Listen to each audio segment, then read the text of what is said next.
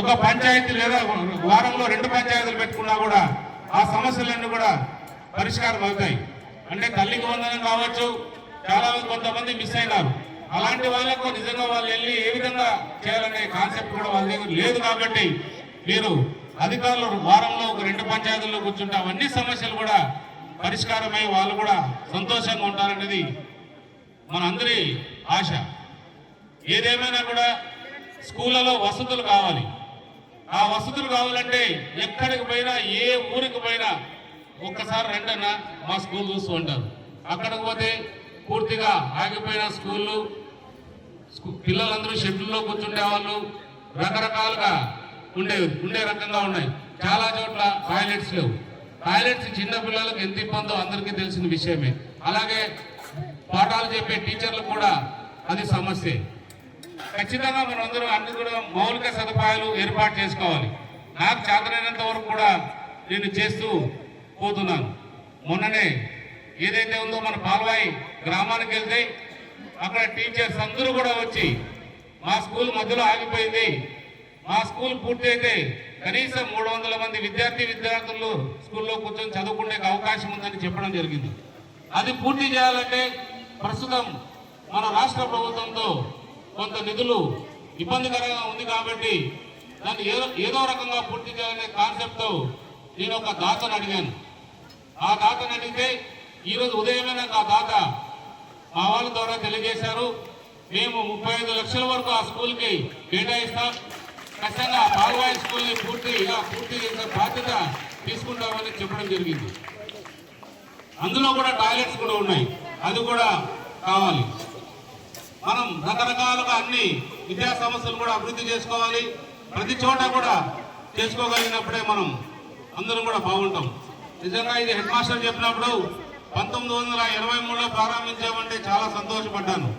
ఆ రోజు మన ముఖ్యమంత్రిగా ప్రమాణ స్వీకారం చేసిన నందమూరి తారక రామారావు గారి ఆధ్వర్యంలోనే స్కూల్ ప్రారంభమైనది చెప్పాల్సిన అవసరం ఎంతైనా ఉంది. అంటే విద్యకి ఆ రోజు నుంచి కూడా మనం ప్రోత్సహిస్తున్నాం. ఖచ్చితంగా రాబోయే కాలంలో కూడా ఇప్పుడు మీ స్కూల్కి డెస్క్లు అంటున్నారు, డెస్క్లు వచ్చా ఇంకా కావాలి, రకరకాలుగా అన్నీ కావాలి. ఇది కూడా ఒక దాత ముందుకొచ్చి Power Mac India private limited company దాత ముందుకొచ్చి ఈ డెస్క్లు అడిగితే ఆయన ఎంత ఇస్తారో మిగిలింది మీరు చూడండి అంటే ఖచ్చితంగా ఆయనకు కూడా కిషోర్ బాబు అనే వ్యక్తి కూడా మనం అందరూ కూడా కృతజ్ఞత తెలియజేయాలి. చాలా సంతోషం ఈరోజు మీ ముందు ఉండడం, మీ ముందుండి ఇలాగా చేయడం కూడా సంతోషం కలుగుతుంది. అలాగే వారానికి ఒక రోజు క్రీడలు కూడా ప్రోత్సహించాలనే ఉద్దేశంతో మన నారా లోకేష్ బాబు గారు క్రీడా దినం అనేది ఒకటి పెట్టడం జరిగింది.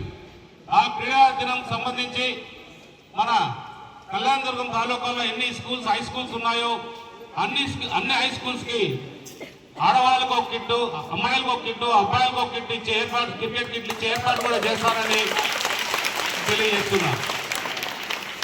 ఆ క్రికెట్ కిట్లు కూడా ఆగస్టు 5వ తారీఖు మీ స్కూల్ అన్నిటికీ కూడా అందించడం జరుగుతుంది. ఎందుకంటే క్రీడలను ప్రోత్సహించాలి. క్రీడలను ప్రోత్సహించాలంటే మనకు కావాల్సినవన్నీ కూడా సదుపాయాలు ఉన్నప్పుడే క్రీడల్లో ముందుకు రాగలుగుతారనేది నా నమ్మకం. ఇంకా కూడా అడుగుతా, ఇంకా ఎవరైనా దాతలు ముందుకు వస్తే మీకు పిల్లలకు కావాల్సిన క్రికెట్ ఆడుకోవాలి అంటే షూస్ కావాలి, ఆ షూస్ సంబంధించిన డ్రెస్సులు కావాలి. ఎవరైనా దాతలు ముందుకు వస్తే ఖచ్చితంగా అవి కూడా ఏర్పాటు చేసే బాధ్యత నేను తీసుకుంటానని మీ అందరూ కూడా తెలియజేస్తున్నాను. ఒకటే చెప్తున్నా, తల్లిదండ్రులు కూడా మీ పిల్లలు ఏం చేస్తున్నారు, ఎలా ముందుకు వెళ్తున్నారని గమనించాల్సిన బాధ్యత మీ పైన ఉంటుంది. స్కూల్కి వచ్చి గౌరవంగా హెడ్ మాస్టర్ను టీచర్లను అడిగి మా పిల్లల భవిష్యత్తు ఎలా ఉంటుంది, ఏ విధంగా మార్కులు తక్కువ వచ్చాయా, తక్కువ వస్తాయంటే ఎందుకు తక్కువ వచ్చాయని మీరు ఎప్పటికప్పుడు అడగగలిగినప్పుడే చాలా సంతోషంగా ఉంటుంది. కాబట్టి ప్రతి ఒక్కరు కూడా పార్టీలకు అతీతంగా మనం అభివృద్ధి చేసుకుందాం. ఈ రోజు నారా లోకేష్ బాబు గారు తీసుకున్న చర్య వల్ల మన స్కూల్స్ అన్ని కూడా మన ఆంధ్ర రాష్ట్రంలోనే అద్భుతంగా తయారవుతున్నాయి. ఇంకా కూడా రాబోయే కాలంలో ఏవైతే కష్టాలు ఉన్నాయో అన్ని కష్టాలు తొలగి మన గవర్నమెంట్ స్కూల్స్కి ఏదైతే మన డిఎఫ్ఓ గారు ఇప్పుడే చెప్పారు, ఆర్డీఓ గారు చెప్పారు, మేమిద్దరం కూడా గవర్నమెంట్ స్కూల్స్లోనే చదువుకున్నాం. కాబట్టి ఈరోజు మేము ఈ స్థాయికి వెళ్ళామంటే మీరు వాళ్ళని ఒక ఎగ్జాంపుల్స్గా తీసుకోవాలి. ఎందుకంటే ఇంత గొప్ప చదివి ఈరోజు ఆ స్థాయికి వాళ్ళు ఎదిగారు. కాబట్టి మీరు కూడా బాగా చదువుకోవాలి. అన్ని రకాలుగా బాగుండాలి, ముందుకు పోవాలనేదే మన సంకల్పం, మన కోరిక. మనం మరొక్కసారి చంద్రబాబు నాయుడు గారికి, నారా లోకేష్ గారికి, అలాగే పవన్ కళ్యాణ్ గారికి, నరేంద్ర మోడీ గారికి ప్రత్యేకమైన కృతజ్ఞతలు తెలియజేయాలి. ఎందుకంటే ప్రతి ఒక్కరూ చెట్లు నాటండి, ఆ చెట్లు కాపాడండి, చెట్లు ఆ నీడని చూసుకోండి, చాలా సంతోషంగా ఉంటుంది.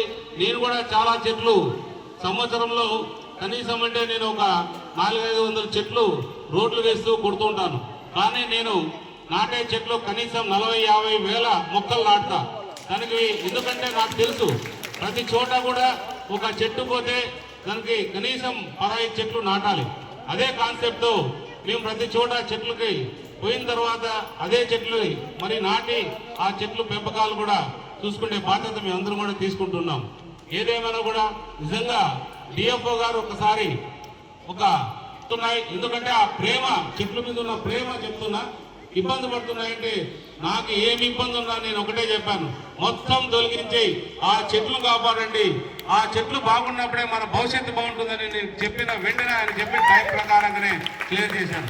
అంటే ఏదైనా కూడా వాళ్ళు చెప్పేది మన భవిష్యత్తు, దేశ భవిష్యత్తును దృష్టిలో పెట్టుకొని చెప్తారు. కాబట్టి మీరు కూడా మన చెట్లు ఎక్కడ కొట్టడానికి ప్రయత్నం చేయొద్దండి, ఎక్కడికక్కడ మన చెట్లు పెంచాలి. మన కళ్యాణదుర్గం ప్రాంతంలో చాలా వరకు కూడా ఫారెస్ట్ ఏరియా ఉంది, అన్ని కూడా చెట్లు బాగున్నాయి.